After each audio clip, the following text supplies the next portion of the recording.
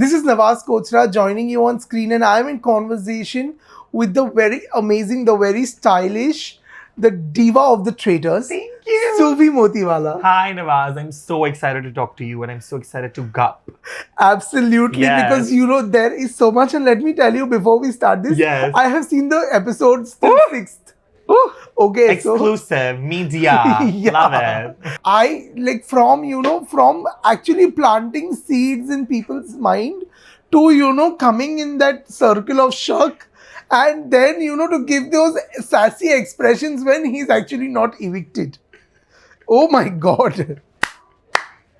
It's just, after episode 1, I just was like, when we went back into our rooms after episode 1, I was like, oh, it feels serious, but it is not that serious. It's Okay. just a game. Like, we're just like shooting a show. Like, because we were in that palace, a lot of things like used to feel very do or die, very like hypersensitive. But then after episode 1, I was like, this is just a show. We need to give them drama. We need to give them content. Right. So from episode 2, you can already see me just like, stirring the pot. Yeah. मुझे क्यों नहीं बेइज्जत कर रहे ये वो, like it already starts from there. And then after that with Raftar, it was just that I asked him one question and I was like, Raftar, you never give your own observations. Whatever, जिस पे भी आ रहा होता है circle पे, तुम बस board कर लेते हो एंड में और 2-4 चीजें बोल देते हो कि हाँ यही तो है, सही बोल रहा है. तो तुम्हारी क्या ऑब्जर्वेशन है? तुम्हें क्या लगता है तुम्हारे हिसाब से कौन ट्रेटर्स है? And since that moment, he started spiraling. And the word spiraling came into existence because I don't even know why I started saying all that, because in reality, it was just one question. And he just took it upon himself that सब लोग मुझे बोल रहे हैं कि मैं traitor हूँ, सब लोग मेरी तरफ कर रहे हैं. Everybody, the world is gonna see. I'm seeing some things. I want to look at it, this guy. And so honestly, I didn't even really believe that Raftar was the traitor. Right. But because he had such an adverse reaction, I was like, he has to be the traitor.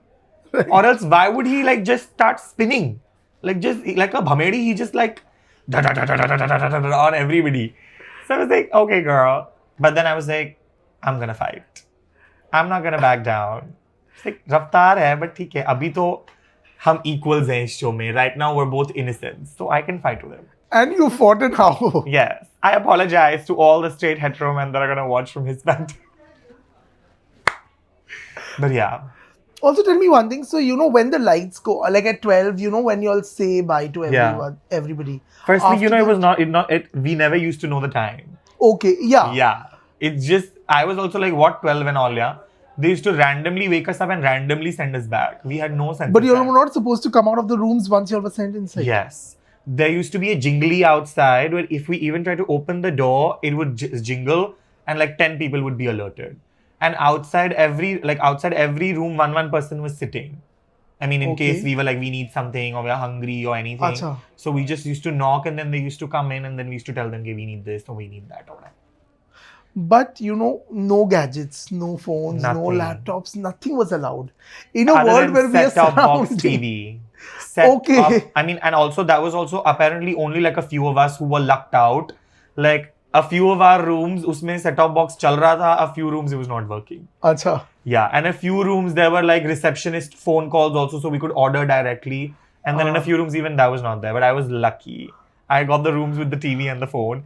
So I kid you not, I used to get bored sometimes and I used to call like housekeeping, reception, and like chef, and I used to talk to them for like 10-15 minutes before they used to cut the call on me saying, okay, we can't talk to you.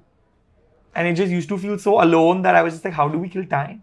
But would the production team not know about this? I mean, I guess they'll know now. I mean, they didn't know about this then because I realized that only I have a TV that's working and only I have a phone that's working. So I decided not to tell anybody. I was like, if I mention it, then it'll be taken away from me. So I was like, yeah, it's so sad in the room. Whereas I used to sit and watch movies all night, like all these random nonsense movies. I used to sit and watch Laughter Chefs. Okay. Yeah. I used to watch Laughter Chefs for 2 hours being like, wow, this is so much fun. Arriva. Amazing. But was it also a challenge not being around with it, because we are in a time where Very much. gadgets are a part of us now. Very much. Okay. for 5-10 minutes, if our phone is away, we start wondering, okay, what is happening? Have I getting some notification? So what was that challenge like? How did you all cope The up with it? first 24 hours were very hard. Like before we entered the Traitors Palace, when we were just in our hotel, they had taken our phones there only. Okay. So those 24 hours were very hard because we were like not even doing something and we didn't have our gadgets. So that was just like intentional for us to just lose our minds. And then after we entered the palace, honestly, it was not that hard because like first you're shooting 14, 16 hours on stretch. Okay. Where it's just going, and the game is just unfolding in front of your eyes, and you're constantly talking to like 10 other people and you're theorizing and whatnot. And then after that, the 8 hours when we used to be in our room, we used to just be in anxiety. We're sitting and worrying ke, what has happened today. You're just replaying every conversation that has happened today to like make some sense of what is going to happen tomorrow. And otherwise, they didn't used to tell us when they will inform us if we're alive or not.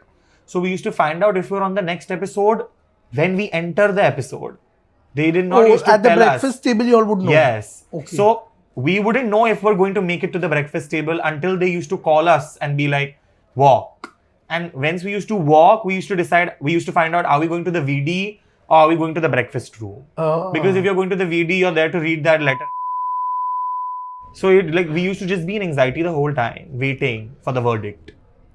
Also, as an audience, watching 6 episodes now, what has also happened is Traitors in a way starts playing with your mind also as an audience. Like for y'all, how was it? Have y'all also gotten that kind of suspicion ka kida now after the show? I have actually become very hyper rational and hyper aware post the show. Okay. Like before the show, I used to feel like I had no sense of control over my life. I had no sense of like decision making or anything. I used to just let things go by.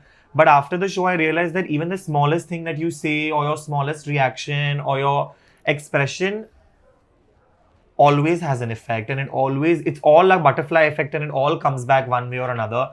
So the show has made me a lot more like consciously aware about my life. Okay. So yeah, it has made me very suspicious about everybody and everything. Okay. Like what's happening. Because I've realized that you never know the true intentions of anybody around you. Like you can constantly say that I love this person and oh my god, they'll never hurt me, while they could fully be plotting your murder. And you would never know. Literally, you'll see in the moving episode, like I'm befriending someone and they're fully plotting my murder. So, gag. I shouldn't have said that.